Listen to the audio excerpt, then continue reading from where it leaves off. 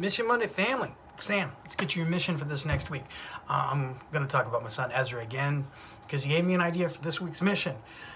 Kid's a gold mine for a 3.5-year-old. Anyway, if you ask Ezra what he wants to be someday, right now he will say a superhero. That's what he wants to be, which I suppose is pretty typical for a 3.5-year-old. What I don't think is typical, and this is where I got the idea from the mission, if you ask Ezra what his superpower is, you're not going to get a conventional answer. A lot of people, kids, adults included, if you ask them, what would you want for a superpower?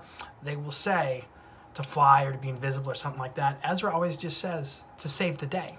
The superpower he wants is to save the day. I love that.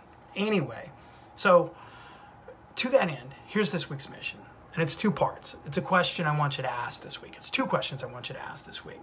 Number 1, ask somebody, hey, if you could have any superpower, what would it be?